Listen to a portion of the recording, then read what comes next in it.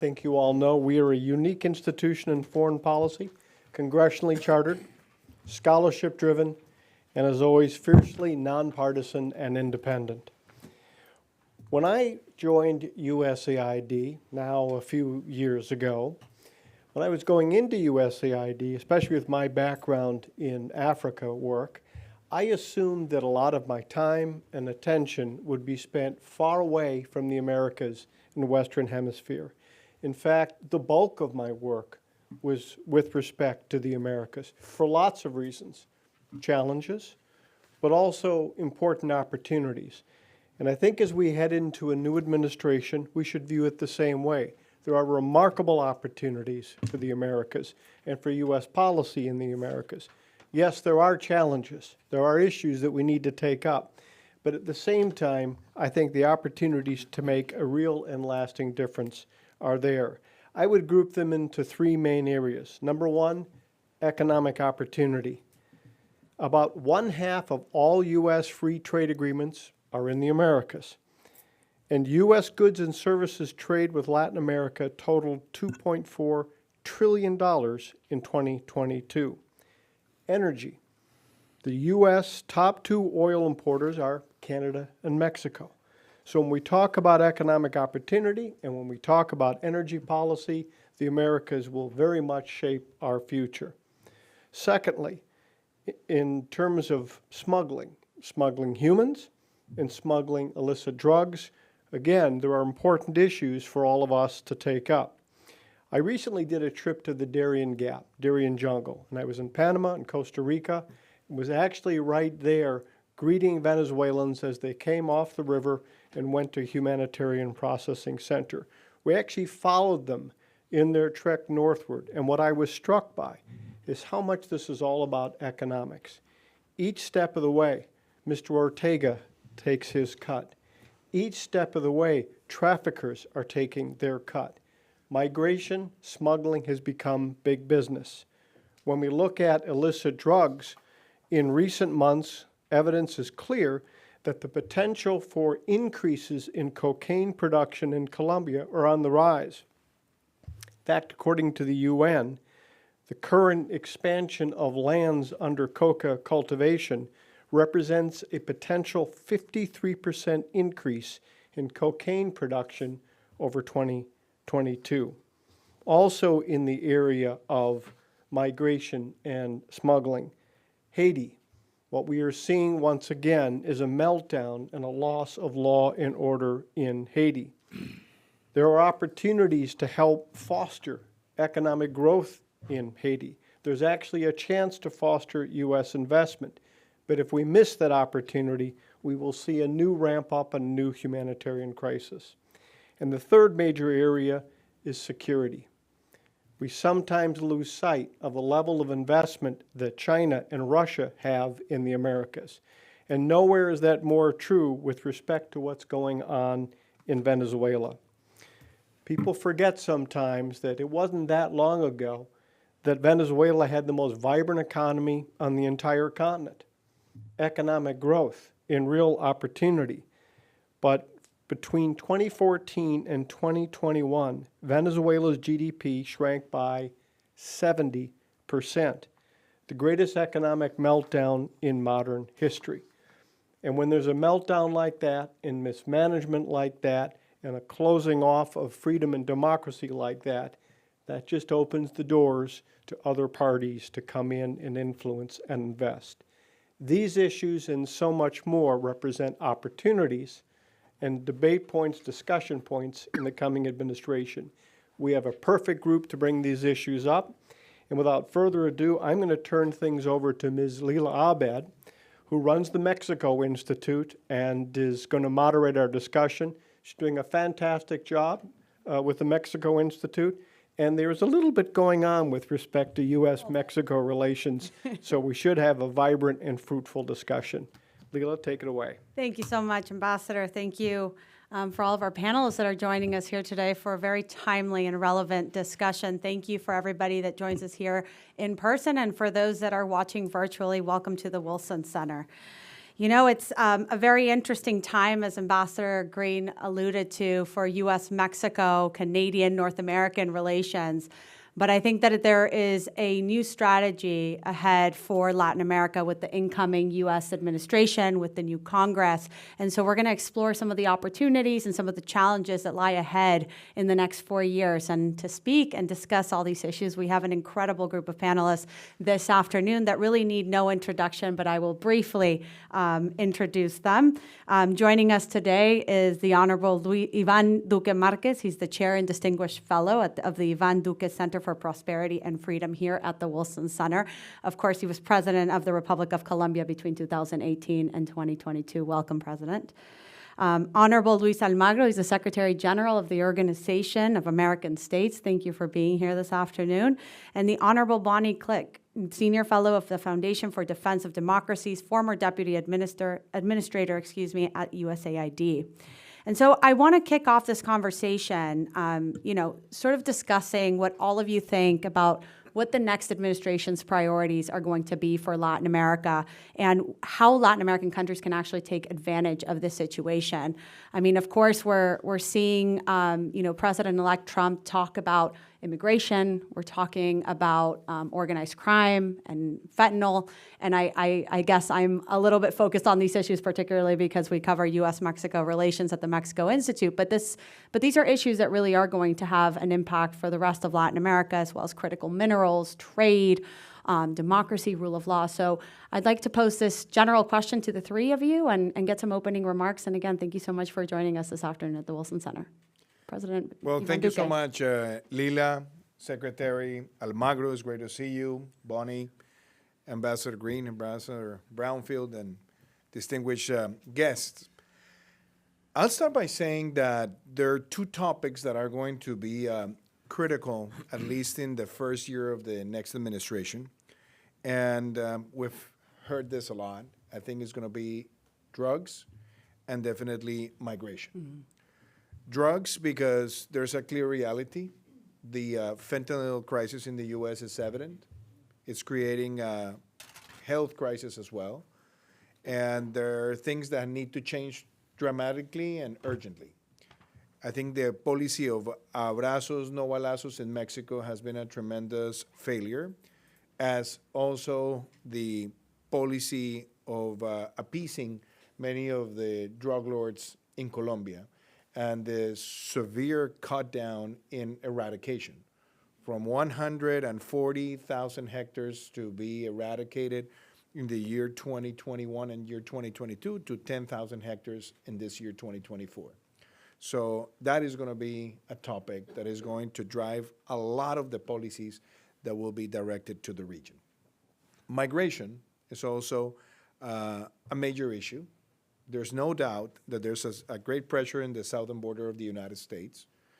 And when you look at the numbers of the Darien border zone with Colombia, you will find that almost 60% of the migrants come from Venezuela. There's 30% from Latin American and Caribbean origin. There's 5% that comes from China, and there's another percent that comes from Africa. But the fact is, all this pressure goes up to the southern border, and there has to be a way to stop that pressure. It was an issue in the campaign, and I think it's going to be one of the key elements that the next administration is going to use with Mexico and with other countries. But I will include a third one that, in my opinion, has to do with all this, and it's freedom, which means what should, in my opinion, be the legacy of the next administration in the Americas, considering that you have 4 years to implement, will be to leave a region without dictators, which means you have to literally do something innovative and contundent in the case of Maduro, Ortega, and try to figure out which is going to be the way in which Cuba can create a roadmap to have free elections. If those three things that look quite impossible today, or at least very complicated, are achieved, it'll be the biggest legacy for the Americas in a long time. So I consider that working on that freedom, leaving a region without dictators, has also an impact in the organized crime structure in the region. Ortega, Maduro, and Cuba are interconnected with many of the criminal structures that operate in the region. There's no doubt that what's happening with the drug trade in Venezuela has to do with the presence and permanence of illegal organizations in that country. And Nicaragua has also become a safe haven for many of the transpassing of drugs. And finally, I'll say in this introductory remark that the region has something to play in terms of security for the whole hemisphere, for the U.S., and for the region itself. Energy, the region can be one superpower on non-conventional renewables, plus a supplier of conventional energy. Food security, we have one of the largest shares of arable land in the whole world. We also have infrastructure that is going to be critical for the security of this hemisphere. Just to consider that the Panama Canal has 80% either a point of entry or a point of departure in the U.S. So thinking on critical infrastructure, U.S. investment in the region, I think that should also be considered. But we will start with drugs and migration, and we as a region have to elevate our voice to put freedom and to put a strategic investment in the region as something critical to build a much better relationship with the United States. Thank you, President Ivan Duque. Secretary General, I know that the Organization of American States does extensive work on rule of law, democracy building, really protecting Latin American countries and representing their interests. What do you see? What is the current state of Latin America currently, and what are some of the opportunities, some of the challenges that remain ahead for the incoming U.S. administration, some of the recommendations that you would pose? Oh, that's strange.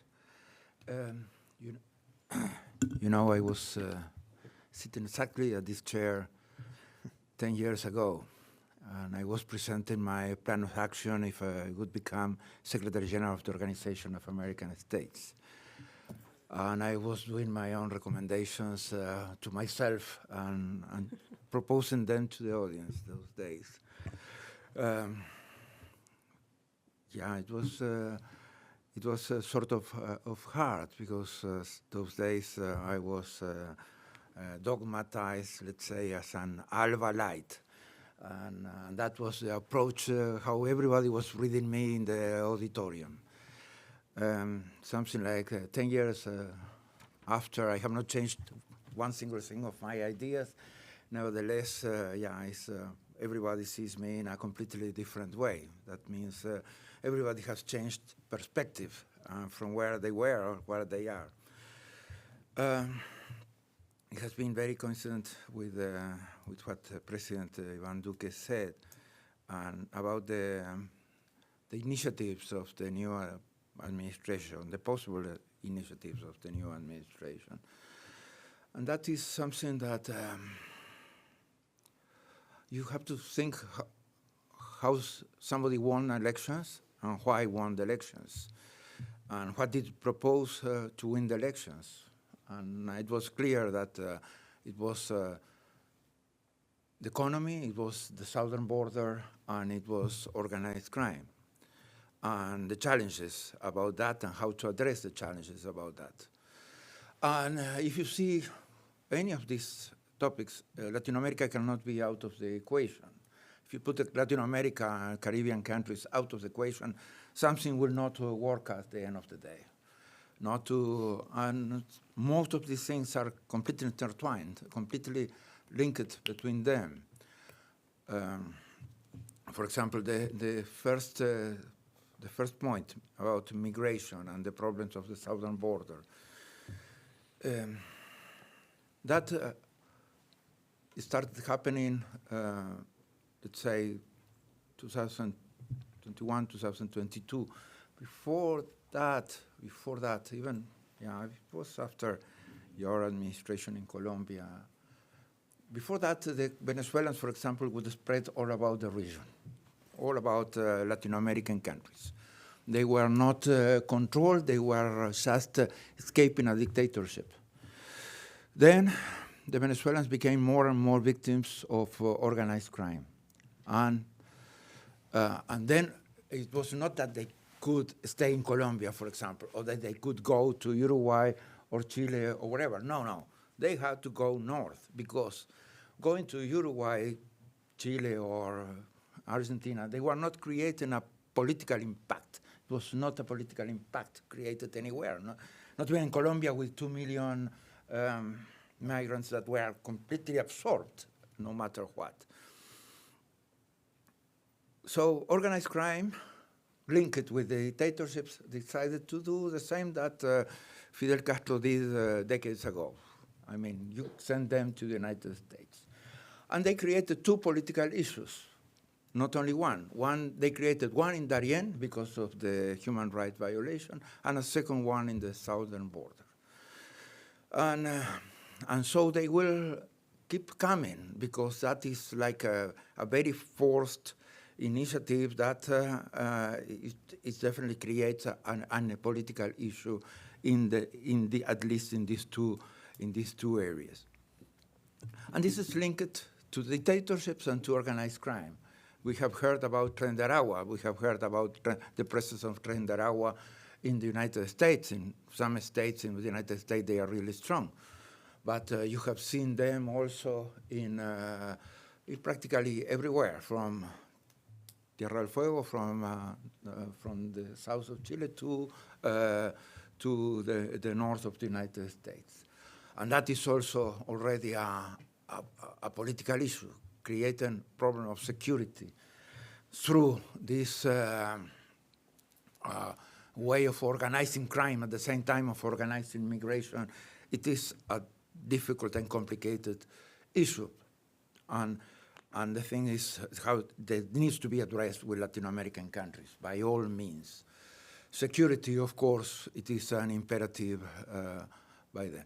And then, of course, the economy, and it's how you make the Latin American and Caribbean countries to feel better about their economies and how their economies can be more efficient, how their economies can be more developed, but at the same time resolving structural issues that they have had for a couple of hundreds of years at least, like poverty and inequality that have been main causes for the rest of the issues that we have mentioned. So it would be good that Latin American countries and Caribbean countries engage in a serious agenda with the new administration in order to resolve these issues, because they are interest of the new administration and it will be the interest of every Latin American country. Thank you, Secretary General. Ms. Glick, let me ask you, I think we've heard some overarching themes here, right? Migration, trade, organized crime. Is this a perspective that you have of what we can expect from the second term of the Trump administration in terms of what it will do to engage with Latin America? Do you believe it's actually going to be much more of an active engagement on behalf of the U.S., or what is your sort of perception of what's yet to come? Leila, thank you. Thank you to the Wilson Center for hosting this important conversation. I think that it's important to look at what the results of the 2024 elections in the United States show about the sentiment of the American people toward the region, toward south of us, but also north of us in Canada. And I think one of the, yes, we've talked about the main issues, migration chief among them, is principally, if one were to point to one single issue on which Trump won the election, it would be migration. Coupled with that, our economy and crime and drugs, all of which have had a very profound impact on people, as you said, Mr. Secretary General, dropping Tierra del Fuego, but saying from El Paso up to the north of the United States. All of these areas have been directly impacted by our geography where we live.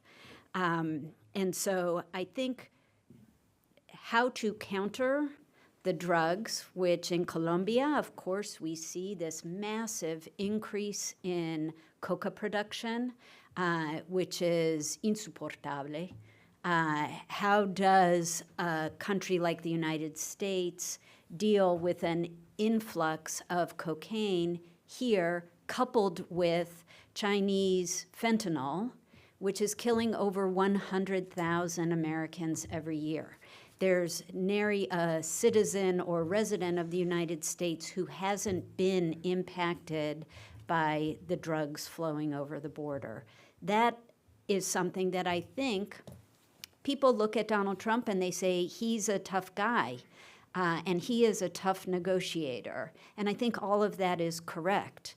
But I also think that some of this is not just posturing. It's not just a negotiating tactic to say, Colombia, come on. This increase, 53%, as Ambassador Green said, a 53% increase in coca production is not acceptable. And there are laws in place, including potentially decertification of Colombia as not being compliant with the norms that are expected of a society that's supposed to decrease, not increase, drug manufacturing, drug production. That's a position that is really something that Americans will take to heart and say, thank you, Mr. President Trump. Thank you for protecting the American people. Trade and our economy is the other area that if you were to isolate a second area on which he won, it would be the economy. And this perspective that's driven in large part by backlash on migration, that for having 20 million undocumented people in the United States has caused an impact economically that Americans feel at their kitchen tables. And so that remains as well something that has to be addressed. And the threat, and I believe it's a negotiating tactic of 100% tariffs on Canada and on Mexico if they don't gain control of their borders and stop the flooding into the United States, is something that is his starting position. But it's a serious position that will have impacts that cascade not just across the Americas, but across the global economy.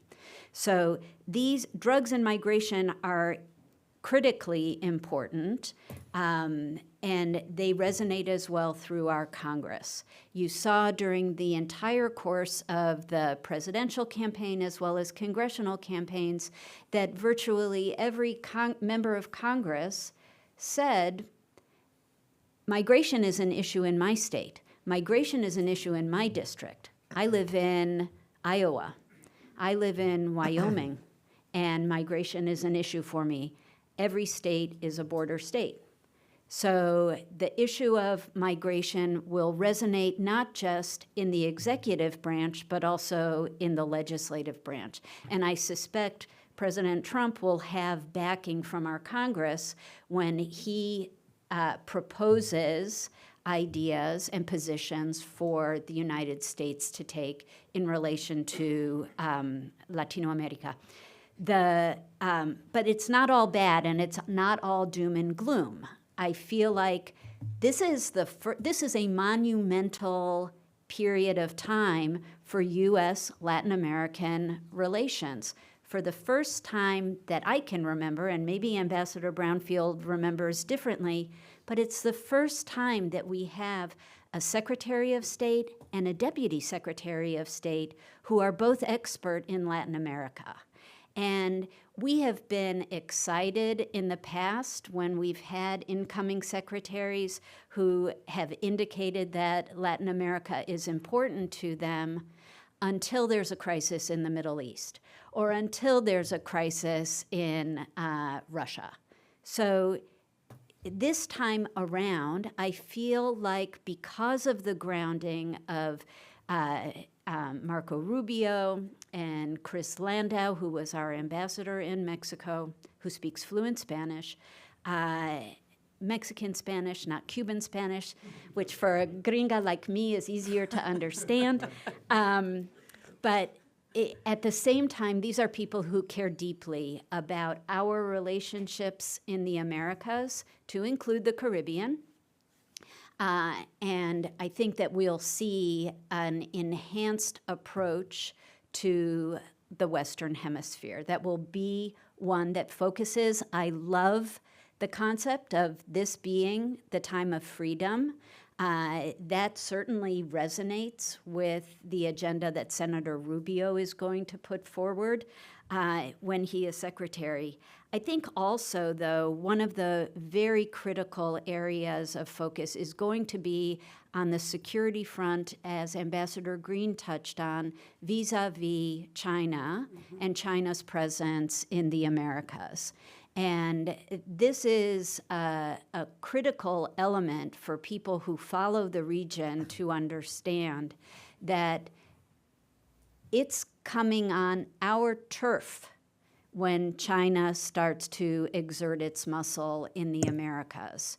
And whether or not that is the perception in Latin American and Caribbean countries themselves or not, the reality is it is the perception of the United States. And having China exert enormous amounts of pressure, for example, on countries to break their relations with Taiwan is something that we look at. It raises eyebrows. Taiwan is a democracy, and Taiwan has been deeply engaged in helping countries in Central America, South America, and in the Caribbean to develop their infrastructure, their technologies, their universities, their agriculture. And China has come in and tried to undercut Taiwan at every turn. And that's a problem that we have. And I think that we'll see countries reevaluating decisions that they've made to engage with China over Taiwan over the course of these next 4 years. And then the last thing where I would say I am extremely hopeful and excited is in the area of technology. The capabilities coming out of the Americas, from South America to the tippy top of North America, in terms of engineering, in terms of innovation, in terms of entrepreneurship, are second to none on planet Earth. And the capabilities that we can harness to drive the next generations of artificial intelligence, of biomolecular engineering, of global health, they will be generated in the Americas. And now is a moment for us to take and harness the technologies that each country is working on, the private sector is working on in all of these countries, to unleash new forms of energy, to capitalize on the computing power and strength of engineers coming out of universities and those not going to universities who are self-trained to create jobs, to promote an economy that is developed, that is the most advanced in the world, and that will help to secure the Americas. It'll secure us economically. It'll give job opportunities in the legal sector, which will help to curtail human trafficking, which is colossally dangerous and toxic in the world, and it'll create opportunity. The Americas are a young region, so us notwithstanding, most people in the Americas are much younger than we are.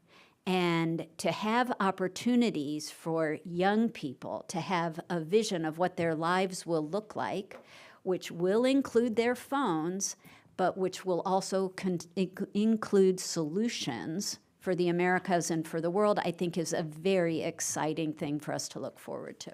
Yeah, no, and I think that those two issues, the latter, right, technology, emerging technologies, the opportunities that exist for the region to really hone in on the talent and the young folks that live in Latin America, I think is an incredible optimistic view of what we can do if we work together.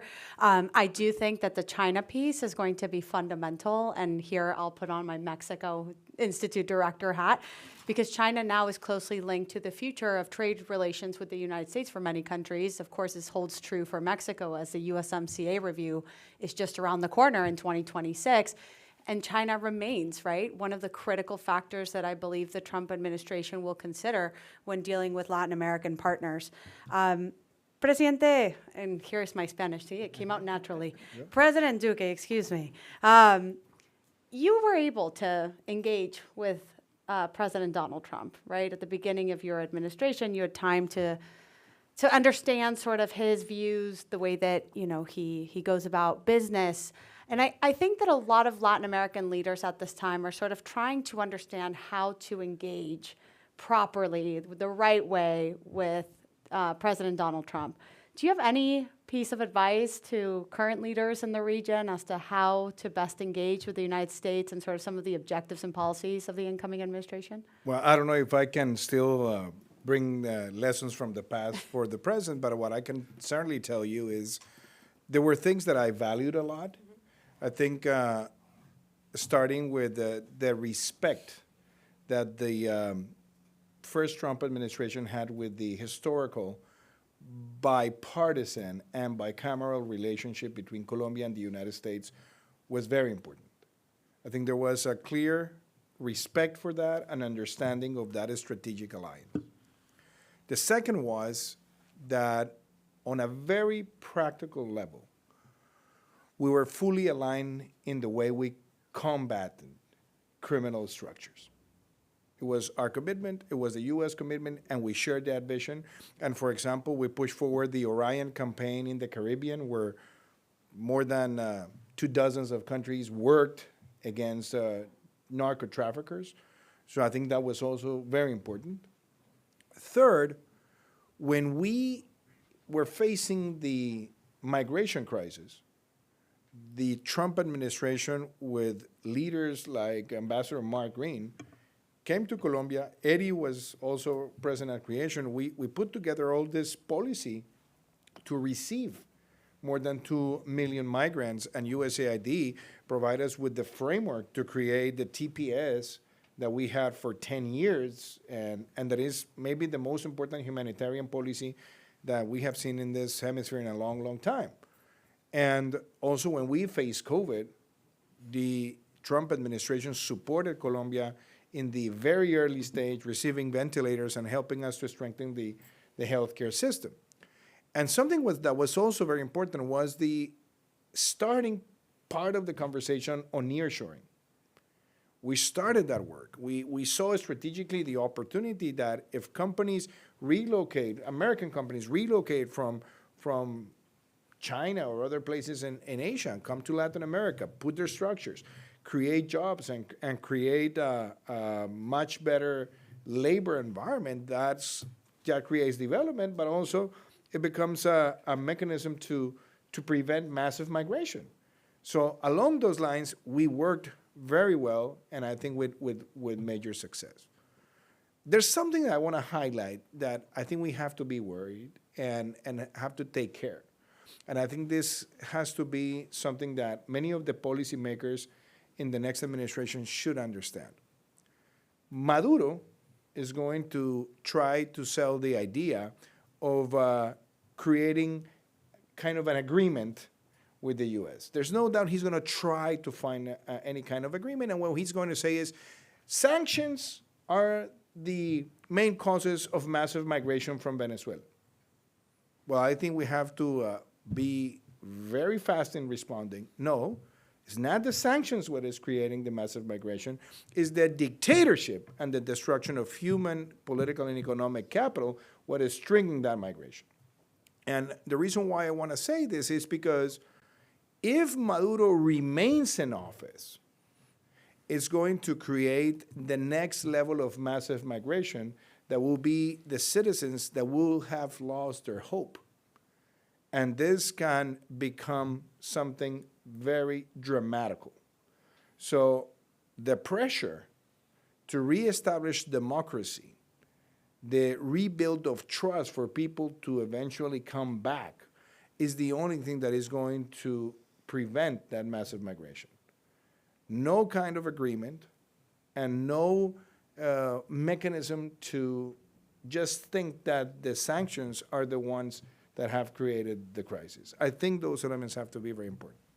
And that's why I made an emphasis on freedom. I really believe that the next administration, if they take to heart the idea that we have a democratic charter in the Americas, the democratic charter is something that identifies as a region, and they promote democracy as the cornerstone that unites the whole hemisphere, and the legacy of leaving the region without dictatorships, I think that will be an undisputed legacy. So I will encourage whoever is going to participate in building the next foreign policy for the whole hemisphere, that the most important contribution for security, for nearshoring, to avoid massive migration, will be to really make this region a region of freedom and democracy. Thank you, President. Secretary General, let me build on what President Duque just mentioned. What is currently the state of democracy in Latin America, and do you believe that the incoming Trump administration will place a focus, will emphasize the issue of building, strengthening democracies in the region, or will there be a perhaps more intense focus on migration, organized crime? Love to hear your thoughts. Good. It's the second time you ask me this question. I always want to address all the previous issues that, that have been said. So I will start with this question. It has been a period of permanent change. When I was sitting here, I just mentioned that to present my plan of action, becoming Secretary General, there were a majority of leftist governments in the region. Then came the right, far right, then left again, then some of the right came back. So we have been in permanent change. I started with the Democrat administration, then Republican, then Democrats again, then Republican coming again. So change has been the pattern, and it has happened for the whole region. That's why I say, talking about in Latin American terms, that since I started, only three will remain in power. Maduro, Ortega, and me. But not that I have done it the same way that they have done it. But and those that they have not left, as you say, as you can see, it is not because they were not voted out. It was because they were not given power away. So that was the problem of democracy, when somebody don't want to give power away, when somebody loses elections and just wants to remain in office no matter what. And the state of democracy in the region is very dramatic these days. It has been the past years very dramatic. Like, it is not the same to remain in power than to get out of power. You remain in power, you have certain feeling of immunity, you have certain feeling of impunity for those that they remain. Impunity sometimes of very serious crimes, crimes against humanity, drug trafficking, and smuggling, and traffic of people. So, not to mention corruption, that has been one of the biggest challenges that we have always faced in the region. So we have this how to have better democracies, how to have our democracies enjoy a little bit more of, get some oxygen these days. And of course, it is about the efficiency of our democracies and removing the aspect of this dramatic effect that politics in the region is now a matter of death or life, and that is something that is making the things sometimes very hard, and that some people do more than what the institutions should allow in order to remain in power. And electoral processes have been a challenge more than ever. That's why the importance of missions that observe the elections, and that's why we have done in the past 9 years and 6 months, we have applied the Inter-American Democratic Charter 12 times, Articles 17 and 18, to bring stability and governance to countries that were facing a crisis. We have had like 6 very difficult electoral transitions. Some of people that were losing elections and didn't want to admit it. The most notorious, I will mention those that start with G, Guatemala, the last one, and Guyana, a previous one. That we had to really make it work in a process that was always long and that we always need pulse, because if handled with care, because if you break it to handle it, then it remains a problem maybe forever. So those are the challenges. And the other challenge is that we always feel that this alternation in power usually brings to development, let's say in Europe, because you have a government that, let's say, create wealth, and you have another government that distribute the wealth among the people. And so this balance of alternation in power gives a country path to development.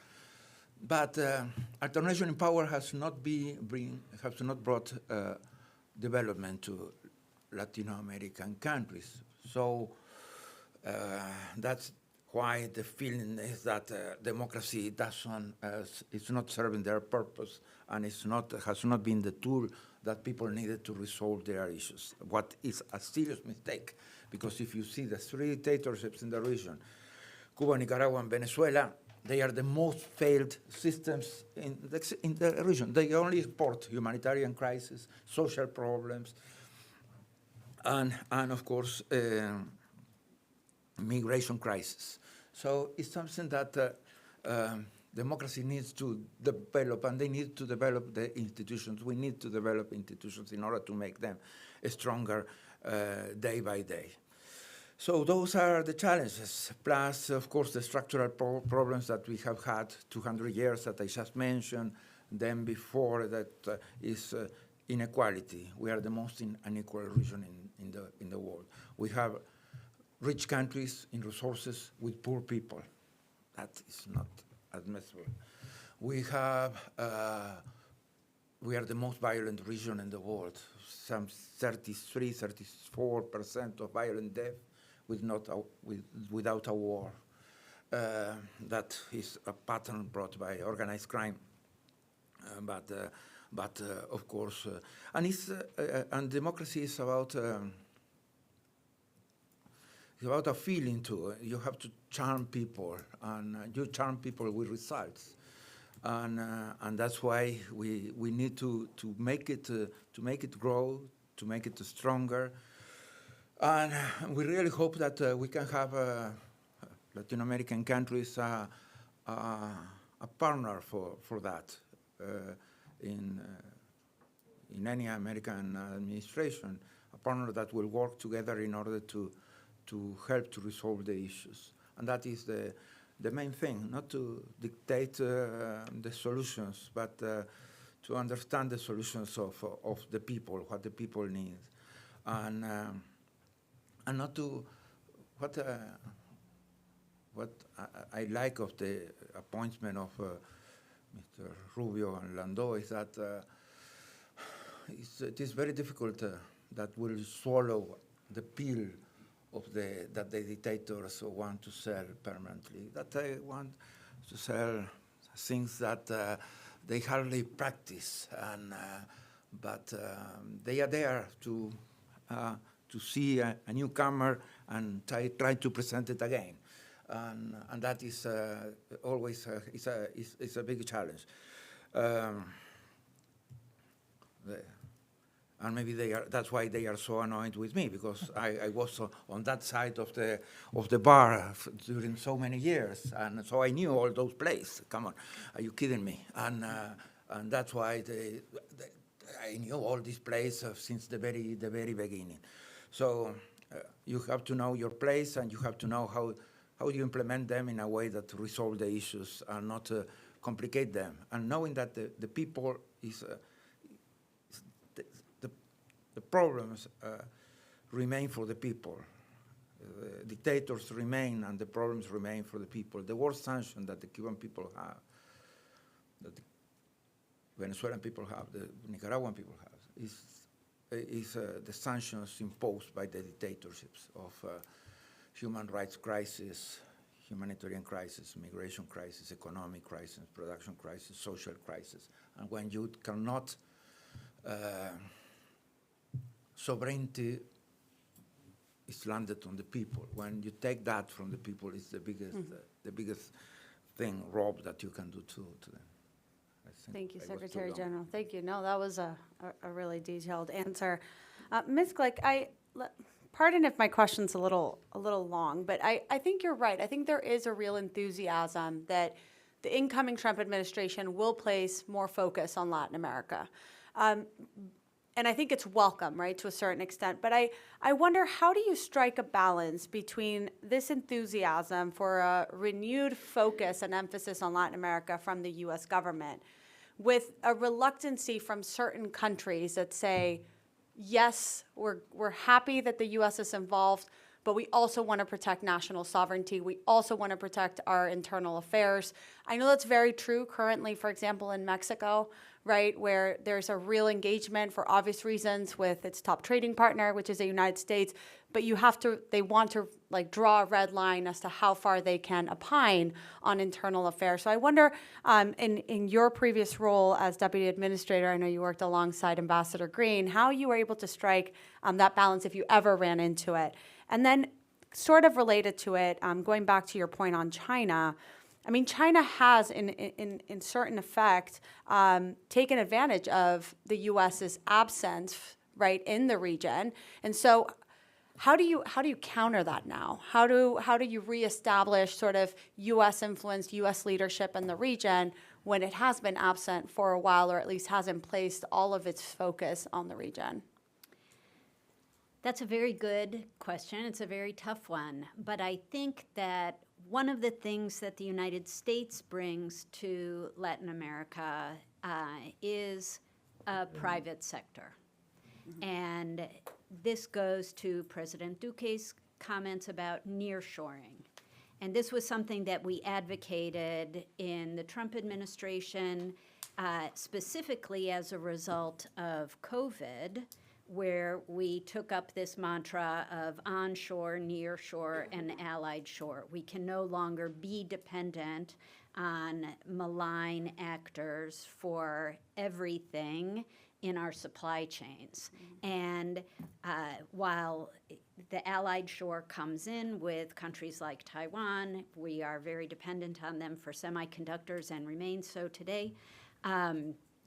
The emphasis on nearshoring was something that I think was a welcome communication in the Americas. The realization and the recognition that manufacturing, basic manufacturing, advanced manufacturing, has a place close to home. And it doesn't have to be outsourced to China or to India, but manufacturing can and should happen in the Americas. I think, too, when to Secretary General Almagro's point about this sort of tenuous place that we're in with democracies, I think the response I would have on that is that democracies have to deliver for their populations. If they don't deliver tangibly, they become shaky and unstable. That's when you run into problems of governments not wanting to cede control or cede power in direct elections. And that's been a pattern over time, less so recently, except in our 3 bad actor countries and at the OAS. But I do think that in terms of where the security of the United States comes in, there is no negotiating. So yes, we have a very long border with Mexico. We have a very long border with Canada. We're blessed, honestly, geographically, by where we're located. We have friendly neighbors, and we don't take that lightly. No administration takes that lightly. At the same time, when it comes to issues on which President Trump won the election, things like our economy and issues like migration and transnational crime, that red line being drawn by President Sheinbaum in Mexico might get moved or might get erased in the course of negotiations.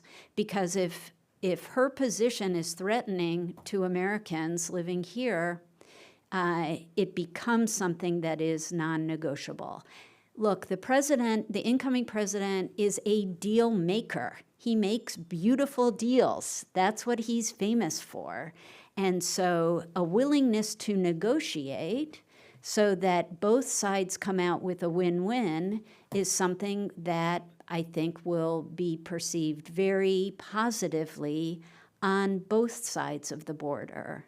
We've already seen overtures from countries like Argentina, which are very grateful to be engaged with the incoming administration. President Milei has demonstrated that he is willing to take very hard steps to make Argentina great again, but to improve the quality of life for the people of Argentina. And he has turned to the United States for guidance, not for a handout, but for guidance in how do we tame inflation? How do we create jobs? This is an area where an engaged Department of State, but even more than that, an engaged private sector can benefit tremendously from partnerships in the Americas. Our companies want to manufacture closer to home. It's easier to visit a manufacturing plant in Mexico or in Colombia than it is to haul all the way to India or to Vietnam. And that's a benefit to private industry that in government we underestimate all the time. Time zone differences. This is why it's a natural thing to have Americans invest in the Americas. And I think that's what we're going to see in this next four-year term of President Trump, is a willingness and an openness to beautiful deals. Where are the places where Mexico is willing to negotiate? And where are there areas where we're not willing to negotiate? I suspect Chinese manufacturing of EVs, electric vehicles in Mexico, is probably going to be a non-starter because that presents a security threat to the United States, both to our industries, not that we're protectionist, but we do like to keep our industries, but also to dumping. And China's dumping of whether it's automobiles, as they've been doing now in Europe, or component parts are something that we don't look favorably on in the United States. Mexico partnering with China to do that is not looked on favorably by the United States. These are going to be, I think, the types of realities that our partners in the Americas will see. But I also think, this is a very different kind of American administration that's coming in, with the private sector wielding an unheard of amount of influence. And that will redound to the benefit, I believe, of people in the United States as well as our neighbors in the Americas, whether it's building infrastructure, which we don't want the Chinese to do. So building new roads, building new transportation, building new airports, building ports, finding financing for these very important modernization projects is something that we hope and trust we can partner with private sectors abroad, private sectors in the United States, with a little bit of push from governments on both sides to have deals that make sense from a national security perspective of both the United States as well as the countries of the Americas. Thank you so much. Unfortunately, we are running out of time, but I do want to give you the opportunity to sort of provide very brief closing remarks, maybe 1 or 2 minutes, if possible. So, President Duque, we'll start with you. I think Bonnie mentioned the concept of the campaign of America Great Again, and I just want to say that in order to make America great again, you need to make the Americas great. And that implies very practical elements. One, democracy, democracy, democracy. The greatest asset that we have achieved in the hemisphere is the concept of democracy as the way we want to rule our countries. So I think having zero tolerance with dictatorships and authoritarianism in the Americas, it's essential. Second, it's related to liberty. And this is also important because democracy doesn't mean that we just go for elections every 4 years. I'm worried about, for example, the weakening of the Mexican democracy with the judicial reform. Because when you capture powers that should be independent, you're weakening democracy. So it's democracy and it's liberty. Market economy.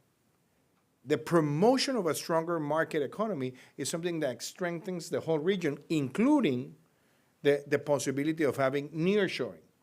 And even though trade is a very difficult theme today in Washington, let's talk at least about integration. You can't do smart nearshoring without a concept of integration, and integration needs to be a substantial part of the agenda. And that also involves security. Security is a democratic asset, and it's a public good. And the U.S. being a promoter of that public good is something that will be critical for this hemisphere. So I think if we work along those lines, considering that we will have in 2025 the Summit of the Americans, and we have a concept of let's have a strong Americas region based on these concepts, I think that will be a great blueprint to work strategically, diplomatically, commercially, and in security terms. I think that should be the bet. Thank you so much, President. Secretary General, closing remarks. Yeah, first to have a plan, and the plan is pretty much related to what President Duque said about democracy. Democracy goes together with development in this region. You see the countries where democracies work better, the level of development is bigger, and the level of security is safer and bigger, and the rule of law and the legal certainties are stronger. So democracy should be the plan, and that has to be worked. And then the second thing is to address the problems. The thing is that you know the problems that they are, what the problems are. So you have to address them. You cannot go around the problem because the problem will remain there. You cannot close your eyes and expect to disappear while you have your eyes closed. The problem will remain there. And we have these problems that we have mentioned about migration, about insecurity, about violence, about organized crime, about corruption. These things have to be addressed. And to clean the uncertainties.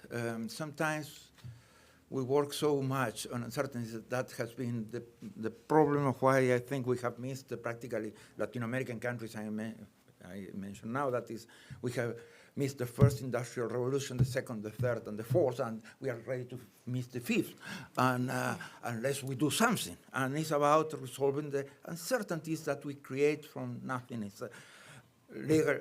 We need certainties, legal certainty, social certainty, political certainty, economic certainty. All these, we need to address these issues. And then we may have investment, and then we have to address the issue of the new technologies. And that is about, of course, the fifth industrial revolution, because that is changing everything more than ever. And it has changed a lot in the past, but it's changing human relations, it's changing cultural relations, it's changing political relations, it's changing practically every single thing that exists in this world. So we need to address. And one thing is that Latin American countries, the CARICOM countries, they cannot be pushed to choose, because if you remove, for example, in a precipitated way, China from the economic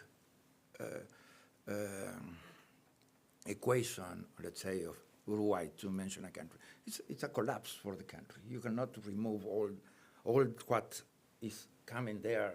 Sure you can. No, I mean, it's the main export market.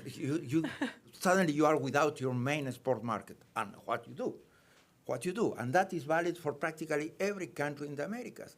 And how to replace that main export market? You need 1.5 billion people to do that in the Americas, and that needs a completely different approach of what is trade and complementarity and the basic things of integration. What we are not integrated because we are not developed. That's it. That's why there's complementarity. That's why if we all trade commodities, how we can integrate? I mean, we integrate the day that we will be developed and industrialized, and there is much more to say, but you asked me 2 minutes. Thank you. I'll truly be Thank 2 you, Ms. minutes. Glick.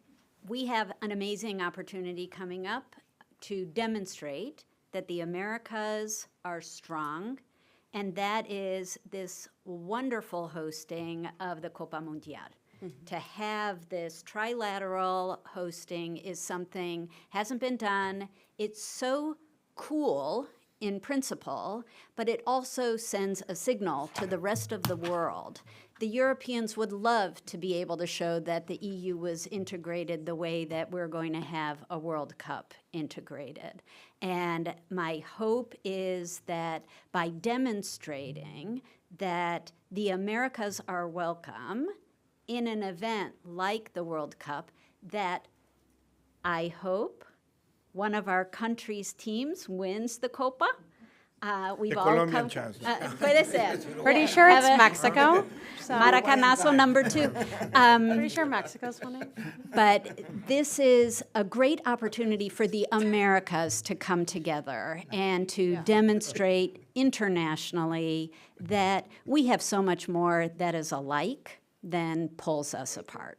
Thank you so much, Ms. Glick.